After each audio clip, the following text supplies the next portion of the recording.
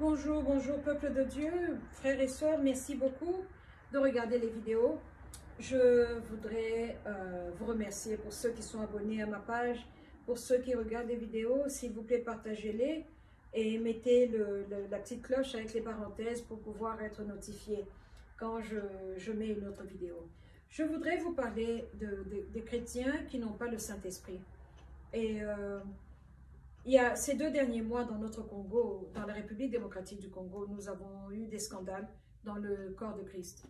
Et j'ai été choquée, mais je me suis détachée de ça. Je me suis dit, ça c'est eux, ils vont répondre pour eux, je vais répondre pour mes actions. Mais je me suis dit, comment est-ce possible que nous puissions arriver là? Comment est-ce qu'on est arrivé là? Et la réponse a été simple, ils n'ont pas le Saint-Esprit dans le ventre. Pourquoi je dis cela? Parce que quand nous voyons quand je me regarde moi, comment le Saint-Esprit est venu dans ma vie, la personne qui vous emmène à Christ a un très grand rôle, parce que la première fois que j'ai donné ma vie à Christ, c'était avec un pasteur à Lubumbashi, mais qui était bizarre, qui avait des affaires avec les femmes dans l'église et tout ça. J'ai dit oui, j'ai récité la prière du pécheur, mais ma vie était toujours misérable, j'avais des problèmes, les phénomènes de mari de nuit. Le changement n'était pas là. Et peut-être 15 ans après, j'ai donné ma vie à Christ avec ma sœur Marie-Ange, qui priait déjà depuis presque 7 ans avant moi. Elle était vraiment impliquée par sa foi. Elle était sérieuse dans sa marche. J'ai dit oui, et je me rappelle vividement ce qui s'est passé. Un coton est tombé sur ma tête. J'ai senti quelque chose qui était tombé sur moi. Et cette nuit-là, j'ai rêvé que j'étais en train de naître et que je suis née. Et ça m'a totalement changé. Ça m'a totalement changé. Et donc, quand vous n'êtes pas né de nouveau, quand vous n'avez pas eu une expérience d'être né de nouveau, donc vous êtes toujours dans le royaume de l'obscurité. Il ne vous a pas transplanté et mis dans son royaume de lumière. Mais ce genre de personnes sont toujours dans l'église, ils sont là, ils servent, ils disent Alléluia, mais ils n'ont pas le Saint-Esprit. Alors, qu'est-ce que vous donnez comme partage spirituel, puisque vous-même, vous n'avez pas le Saint-Esprit? Comment êtes-vous arrivé à être pasteur? Comment êtes-vous arrivé à dire, je suis un musicien de gospel et je chante, mais vos actions font une chose et vos paroles font une autre quand vous prêchez, et les deux ne se rencontrent pas. Dieu n'est pas en vous, vous n'êtes pas en Dieu. Et voilà la vérité. Mais regardons, retournons en arrière. L'Afrique francophone, si vous me demandez mon opinion, est en retard par rapport à l'Afrique anglophone.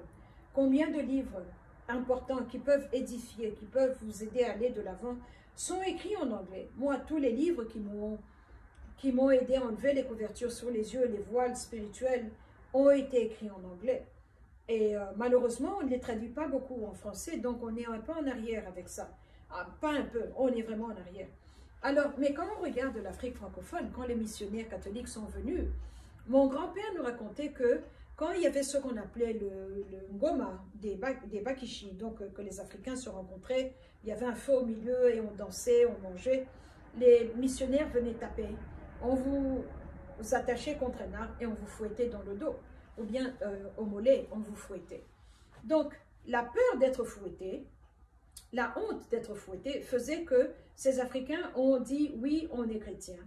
Et ils allaient dans l'église le dimanche, faire ce qu'on leur disait de faire, et tous les jours de la semaine, ils retournaient aux ancêtres morts, aller contre l'acte des gris-gris chez l'Onganga ou qu'on a été arrangé chez l'Onganga.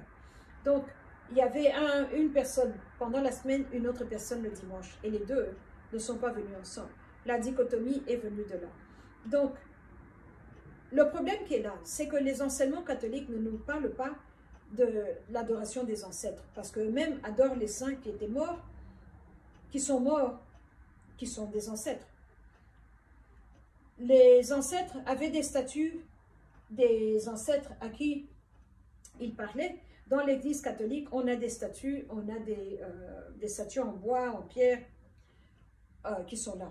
Donc, les Africains avaient leur façon de faire, les catholiques ont ramené leur façon de faire, mais qui n'est pas très loin l'une de l'autre, parce que le culte du mort, l'adoration, c'est un mélange qui est bizarre que le catholicisme. Et la conviction de l'esprit n'est pas là.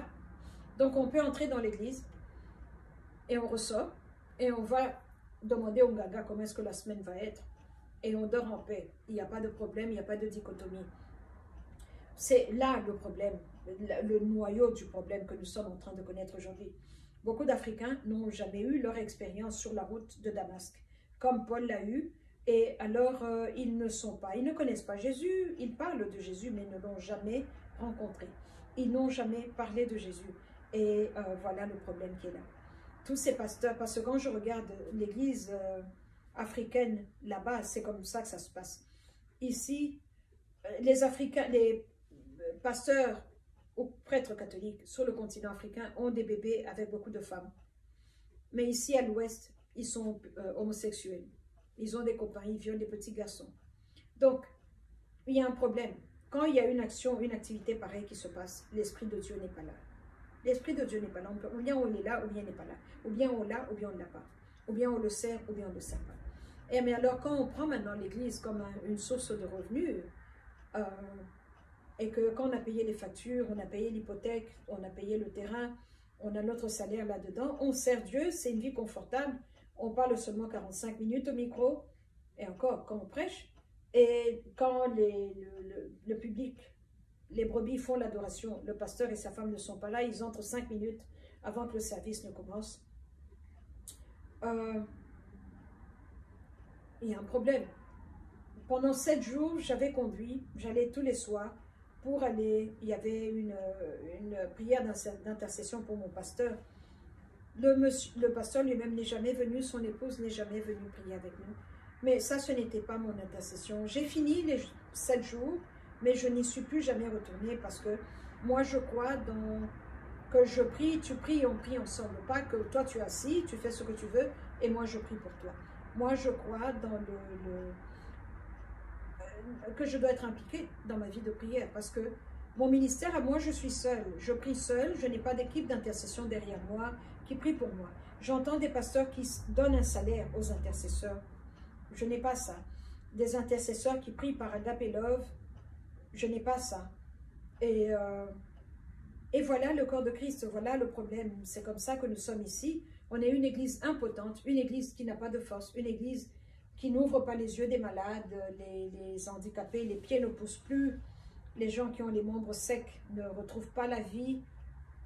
On n'arrive plus à le faire. On a entendu parler de ça, mais on a lu, mais on ne peut plus le faire. Or, si Dieu est le même hier, aujourd'hui et pour toujours, pourquoi sommes-nous dans cet état-là? Pourquoi sommes-nous à cet endroit-là? Je vous pose la question. Nous n'avons pas le Saint-Esprit dans le ventre. Nous devons retourner à la case départ. Vous voyez comme au Monopoly, retourner là où tout a commencé. Pourquoi êtes-vous chrétien? Qui est Christ pour vous? Ce sauveur-là. Comment vous le voyez? Et pourquoi l'acceptez-vous? Il faut revoir tout ça. Parce qu'on ne peut pas croire que je suis un pasteur, je sers Jésus et je peux faire ce que je veux. Je ne dois pas donner la dîme. Je ne dois pas donner d'offrande parce que je suis pasteur. Ça ne marche pas comme ça. Alors quand vous êtes ce genre de pasteur, les gens qui donnent la dîme en vous ne récoltent pas ce que la promesse de la dîme donne. Les gens qui donnent des offrandes ne récoltent pas ce que la promesse de l'offrande donne parce que vous êtes une mauvaise terre. Vous n'êtes pas une bonne terre qui fait croisser, qui fait pousser les choses. Et voilà. Voilà la vérité. Les catholiques missionnaires, quand ils sont venus, ils n'ont pas fait un bon travail. Ils ne nous ont pas vendu Jésus. Beaucoup d'Africains ont accepté Jésus par peur, pas par rencontre. Ils ne l'ont pas rencontré où ils disent, comme Thomas avait dit, tu es mon Seigneur et mon Maître, my Lord and my God. On n'a pas fait ça. Mon Dieu est mon Seigneur. Beaucoup d'entre nous n'ont pas eu ça. Alors, ils disent, je suis chrétien, mais ils ne connaissent pas Christ. Je sers Dieu, mais leurs actions disent autre chose, alors que la parole de Dieu dit une autre chose. On est en désaccord. Comment pouvons-nous marcher ensemble? Voilà l'état de l'Église africaine. J'ai compris beaucoup de choses. C'est ça la cause, c'est ça la racine. Alors maintenant, parce que nos ancêtres ont mal reçu Jésus, donc les retombées sont mal aussi. C'est comme ça que on se dit, oui, j'ai quitté l'Église catholique, je suis dans une église de réveil, mais on continue à pécher et à faire ce qu'un homme du monde fait. Maintenant, comment est-ce qu'on peut aller prêcher au monde et dire, venez, entrez, Comme il nous a dit, venez à moi, vous tous qui êtes chargés, je vous donnerai le repos. Vous ne démontrez pas le repos. Vos fardeaux, vous les portez encore sur la tête. Et c'est encore pire quand vous vous appelez chrétien. C'est là où nous sommes. Et voilà ce que je voulais partager avec vous. Des chrétiens assis dans l'église, mais qui n'ont pas le Saint-Esprit, qu'ils n'ont jamais rencontré. Et lui, il vous regarde, vous perdez votre temps, vous tournez en rond. Et il n'y a pas la vérité en vous. Vos actions ne parlent pas de vérité. Vos actions ne démontrent pas le royaume. Et voilà où nous sommes. Ces pasteurs qui en fait servent Satan. Ces musiciens qui en fait servent Satan. Mais il dit Jésus, mais il ne vous ministre pas au point que vous avez le bistouri. Parce que la parole de Dieu est vivante et efficace. Elle est plus tranchante qu'une épée quelconque à double tranchant. Pénétrant jusqu'à partager âme, esprit, jointure et moelle. Elle juge les sentiments et les pensées du cœur. Nulle créature n'est à l'abri devant lui, mais tout est mis à nu et à découvert devant les yeux de celui à qui nous devons rendre compte. Alors, si vous n'avez pas l'épée, vous n'avez pas le bistouri de Dieu, là, quand vous prêchez, il y a la conviction de l'esprit. Comment est-ce que vous, dans votre état de pécheur, de forniqueur, de la luxure, et tout est là, vous faites tout. Mais le dimanche, vous dites Alléluia, praise the Lord. Quelle fortitude avez-vous pour convaincre les autres? Quelle fortitude avez-vous pour aider les autres à ouvrir les yeux? De sorte qu'un aveugle puisse dire, j'étais aveugle, maintenant je vois. J'étais perdu, maintenant je suis trouvé. Il n'y a pas de conviction de l'esprit, il n'y a pas de témoignage de l'esprit. Et on est là, on se regarde. Et on dit, je suis pasteur. Voilà ce que je voulais partager avec vous. Voilà la raison pour laquelle le corps de Christ africain est dans cet état-là. Et que la grâce et la miséricorde de Dieu soient avec nous. Et que ceux qui vivent comme ça doivent répondre et qu'ils puissent changer. Il y a encore le temps. Il y a encore le temps. Vous pouvez vous repentir et retourner à ses pieds au bas de la croix là où tout a commencé. Merci beaucoup. Voilà. Des choses sérieuses et la caméra, le remote ne marche plus.